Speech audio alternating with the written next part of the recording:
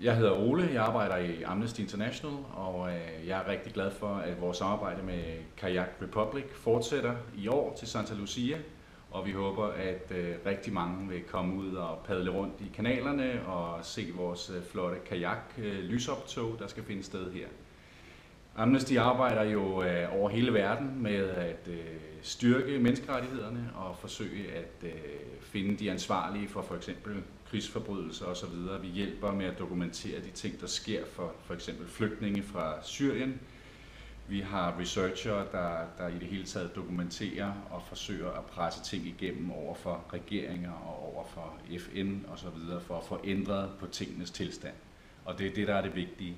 Og lige nu fører vi en kampagne, der handler om My Body, My Rights, og som handler om, hvordan kvinder skal have ret til at bestemme over deres egen krop, forstået på den måde, at de har ret til at bestemme, hvem de vil giftes med, hvornår de vil gifte sig, hvornår de vil have børn.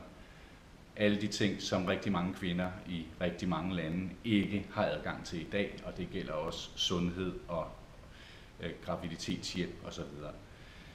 Men Amnesty er en global organisation, og vi glæder os rigtig meget til at se jer alle sammen til Santa Lucia den 13. december i kanalen i København.